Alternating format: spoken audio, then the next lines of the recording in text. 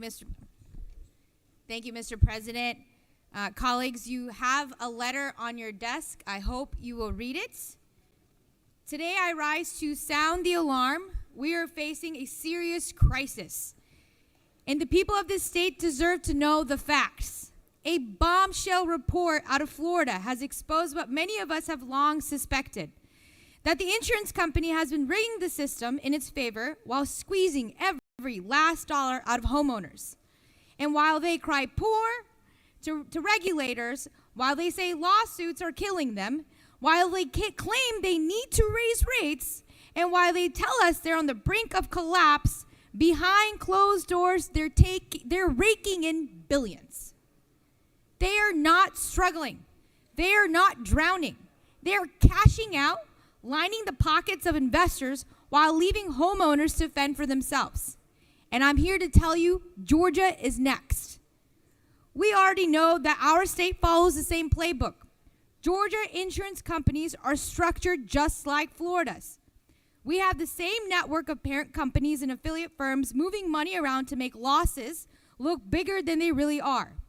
And we will soon have the same skyrocketing rates, the same denials of coverage, the same owners desperate for relief. If they duped lawmakers in Florida and got away with it, why wouldn't they do it here? Especially when they know no one is looking. The insurance company is pushing Senate Bill 68, which would take the rights of Georgians and give more power to them. We must not take Georgians' rights before we investigate the insurance industry. I recently wrote a letter to Commissioner John King demanding an investigation into Georgia's insurance industry. I asked him to do his job, to dig into the financial relationships between insurers and their affiliates to find out if these companies are misleading the public just like they did in Florida. But guess what? He responded, and he thinks everything is fine, and he will not do an investigation. But let's be clear. Georgia families cannot afford for our insurance market to collapse the way Florida's did.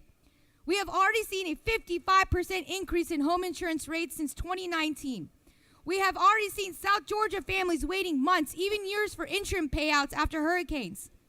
And if we let these companies continue unchecked, if we sit back while they siphon money out of this state, then Georgia families will be the ones who pay the price. Extreme weather events are going to happen more and more frequently. There is now a $1 billion disaster on average every 12 days across the United States. The burden of these disasters must not fall squarely on homeowners alone. And Florida homeowners are losing their homes right now because they simply can't afford insurance anymore. They're getting priced out of their own lives. And if we don't act, the same fate awaits the people of Georgia. Now let me ask my colleagues in this chamber, what are we waiting for? Are we waiting until insurance rates double? Until they triple? Are we waiting until people are forced out of their homes? Until neighborhoods are gutted? Until the only ones who can afford to live in this state are the ones profiting off of it? And I refuse to stand by and watch that happen. I refuse to let working families be crushed under the weight of corporate greed. And I refuse to let lawmakers in this building sell out our own constituents while insurance companies run away with record profits. And we have a choice right now. We can stand with the people of Georgia, or we can stand with the insurance companies that are robbing them blind. And we can demand accountability, or we can look the other way while the next crisis unfolds before our eyes. I, for one, will not look the other way. And Commissioner King, I expect an investigation. And to my colleagues in this chamber, so should you, because the people of Georgia deserve the truth, and they deserve a government that fights for them. Thank you, and I yield the well.